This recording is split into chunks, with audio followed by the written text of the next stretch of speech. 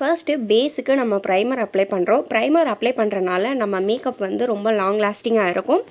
And உங்களுக்கு ஒரு ஸ்மூத்தான base கிடைக்கும் உங்கள் ஃபவுண்டேஷன் அப்ளை பண்ணும்போது. உங்களுக்கு சப்போஸ் வந்து போர்ஸ் இருந்துச்சுன்னா அந்த ஓப்பன் போர்ஸை ஃபில் பண்ணுறதுக்கும் ப்ரைமர் யூஸ் பண்ணிக்கலாம். நீங்கள் வந்து க்ரீம் பேஸ்டு ப்ரைமர் யூஸ் பண்ணிக்கலாம். அப்படி இல்லைன்னா silicon based primer, gel based primer நிறையாவே இருக்குது மார்க்கெட்டில். உங்கள் ஸ்கின் டைப்புக்கு எது செட் ஆகுதோ நீங்கள் அந்த மாதிரி ப்ரைமர் வாங்கி யூஸ் பண்ணிக்கலாம்.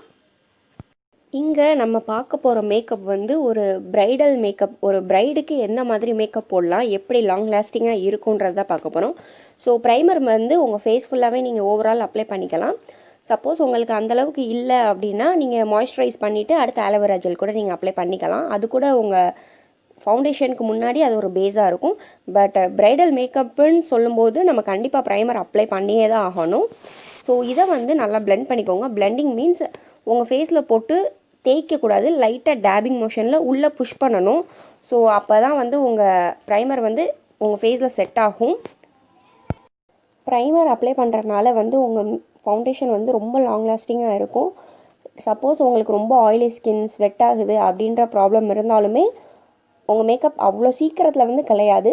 நீங்கள் ஸ்ட்ரைட்டாக ஃபவுண்டேஷன் போயிட்டீங்கன்னா வந்து அது ரொம்ப தப்பான ஸ்டெப்பாக இருக்கும். ஸோ கண்டிப்பாக ப்ரைமர் அப்ளை பண்ணிங்க. கண்டிப்பாக நீங்கள் ப்ரைடாக இருக்க பட்சத்தில். இப்போ வந்து இந்த ஸ்டெப் வந்து எதுக்குன்னா பிக்மெண்டேஷன் உள்ளவங்களுக்கு மட்டும்தான். சப்போஸ் உங்கள் ஃபேஸில் வந்து எந்த ஒரு பிக்மெண்டேஷன், மார்க்ஸ், ஆக்னீஸ் எதுவுமே இல்லைன்னா நீங்கள் இந்த ஸ்டெப்பை வந்து தாராளமாக ஸ்கிப் பண்ணிக்கலாம். நான் இங்கே எடுத்திருக்கிறது வந்து L.A கேர்ளோட ஆரஞ்சு கரெக்டர் எடுத்திருக்கேன். இது வந்து எனக்கு வந்து டஸ்கி ஸ்கின் டோன் பீப்புளுக்கு வந்து மேக்ஸிமம் வந்து பிக்மெண்டேஷன் இருக்கும். சில பேருக்கு டார்க் சர்க்கிள்ஸ் இருக்கும், மவுத்தை சுற்றி அப்படியே பிக்மெண்டேஷன் இருக்கும். எனக்கு வந்து இந்த ப்ராப்ளம் எல்லாம் இருக்குது. அண்டு ரீசன்ட் டைம்ஸில் வந்து என் ஸ்கின் வந்து ரொம்ப டேனாக, ரொம்ப ஒஸ்ட்டாக போயிட்டே இருக்குது. ஸோ பிக்மெண்டேஷன் லெவல் அதிகமாகவே இருக்குது. ஸோ அதனால் வந்து நான் ஆரஞ்சு கரெக்டர் யூஸ் பண்ணுறேன். இது வந்து நம்ம பிக்மெண்டேஷனை வந்து மறைக்கிறதுக்காக தான் நம்ம யூஸ் பண்ணிகிட்ருக்கோம்.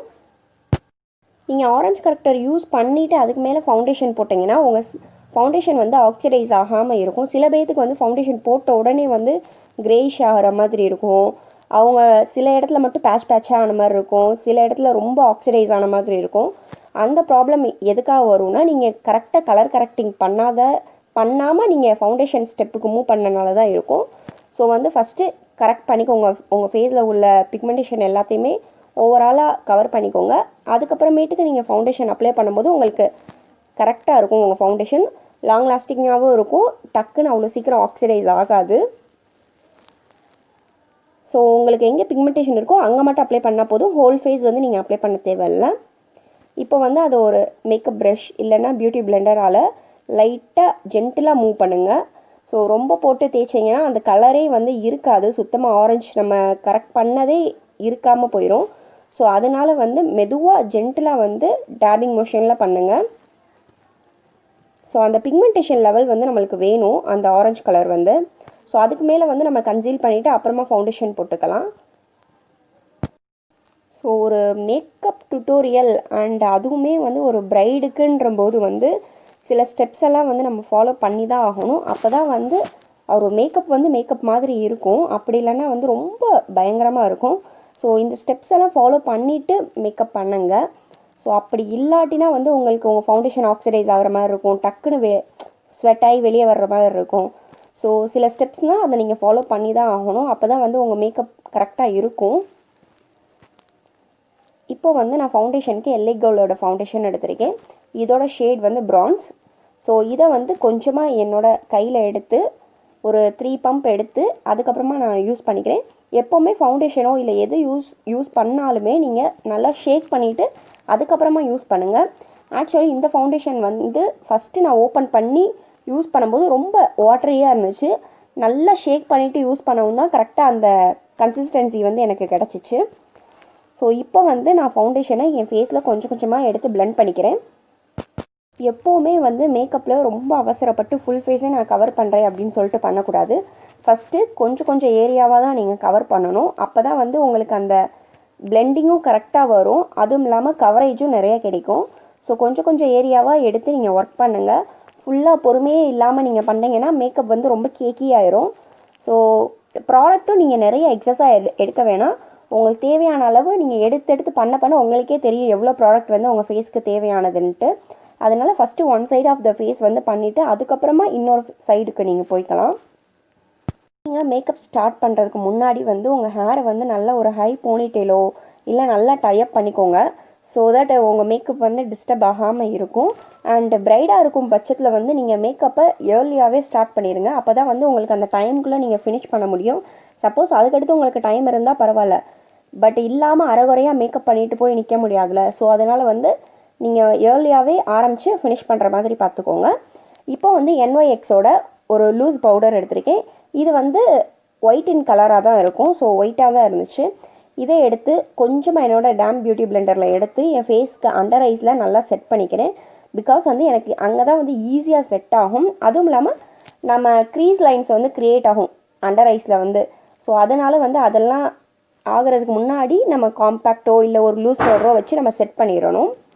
ஸோ இங்கே வந்து நான் ஐ மேக்கப் வந்து ஃபஸ்ட்டு நம்ம முடிக்கவே இல்லை, அதனால வந்து இதை வச்சு செட் பண்ணிக்கிறேன்.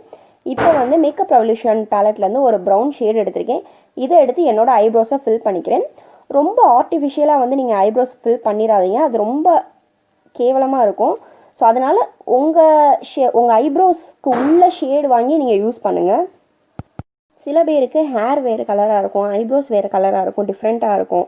ஸோ அதனால் வந்து உங்கள் ஐப்ரோஸ் வந்து என்ன கலரோ நீங்கள் அது வாங்கி யூஸ் பண்ணுங்கள்.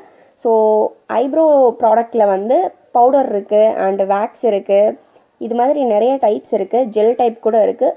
உங்களுக்கு எது கன்வீனியண்ட்டாக இருக்கோ நீங்கள் அது வாங்கி யூஸ் பண்ணிக்கலாம் கண்டிப்பாக. இப்போ வந்து நான் இந்த பர்ன்ட் ஆரஞ்ச் ஷேட் எடுத்து என்னோடய க்ரீஸில் ஃபுல்லாக நான் அப்ளை பண்ணிக்கிறேன். க்ரீஸ் மீன்ஸ் அண்ட் அவுட்டர் வீலையும் நான் நல்லா அப்ளை பண்ணி பிளெண்ட் பண்ணிக்கிறேன். ஒரு வி ஷேப் க்ரியேட் பண்ணிக்கிறேன் அவுட்டரில்.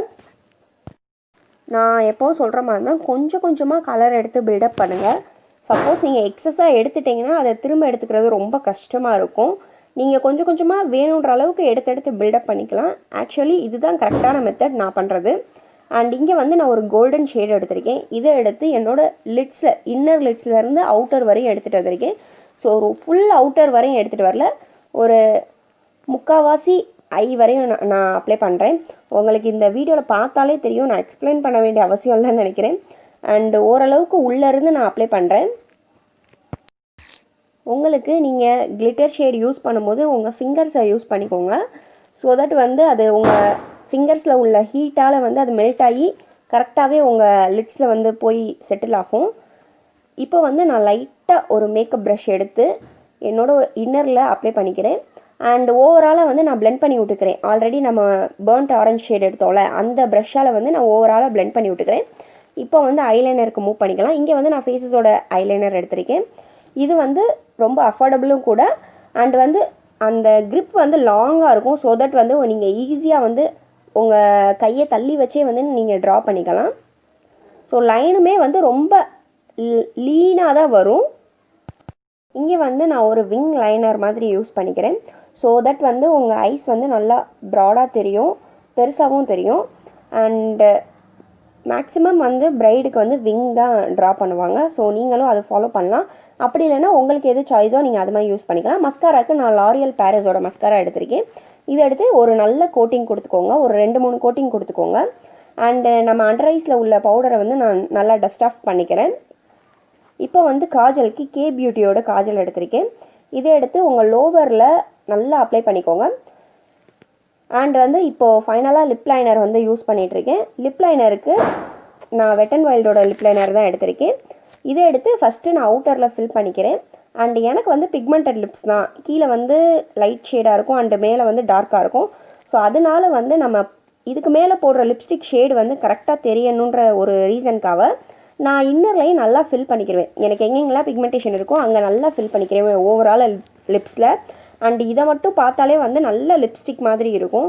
ஸோ எனக்கு இதுவே வந்து ரொம்ப கன்வின்சிங்கான ஷேடாக இருந்துச்சு, எனக்கு ரொம்ப பிடிச்சிருந்துச்சு. ஸோ இதேவே வந்து நான் ஓவராலாக நான் லிப்ஸில் அப்ளை பண்ணிக்கிறேன். இப்போ வந்து நான் ப்ளஷ்ஷுக்கு இந்த 2 ஷேடை வந்து மிக்ஸ் பண்ணிக்கிறேன். ரெண்டுமே ஒரு டீப் பிங்கிஷ் ஷேட் மாதிரி தான். இதை எடுத்துகிட்டு எக்ஸஸை மட்டும் நீங்கள் ரிமூவ் பண்ணிக்கோங்க. ரிமூவ் பண்ணிவிட்டு லைட்டாக உங்கள் பேக் சைட் ஆஃப் த ஹேண்ட்லேயோ இல்லை எங்கேயாச்சும் லைட்டாக டேப் பண்ணிக்கோங்க. ஸோ தட் வந்து உங்களுக்கு எக்ஸ்ட்ரா ப்ராடக்ட் இருந்துச்சுன்னா அதிலே வந்துடும். இப்போ வந்து நல்லா சிரிச்சிட்டு ப்ளஷ் அப்ளை பண்ணிக்கோங்க. ஹைலைட்டருக்கு நான் வெட் அண்ட் வைல்டோட ஹைலைட்டர் எடுத்திருக்கேன். இதை எடுத்து உங்களுக்கு எங்கெங்கெல்லாம் ஹை பாயிண்ட்ஸு, இப்போ நீங்கள் மேரேஜ்னால் உங்களுக்கு ஃபோக்கஸ் லைட் இருக்கும். ஸோ அப்போது வந்து உங்கள் ஃபேஸ் வந்து நல்லா க்ளோயிங்காக ரிஃப்ளெக்ட் ஆகும். ஸோ அவ்வளோதான், நம்ம மேக்கப் வந்து ஃபினிஷ் பண்ணியாச்சு.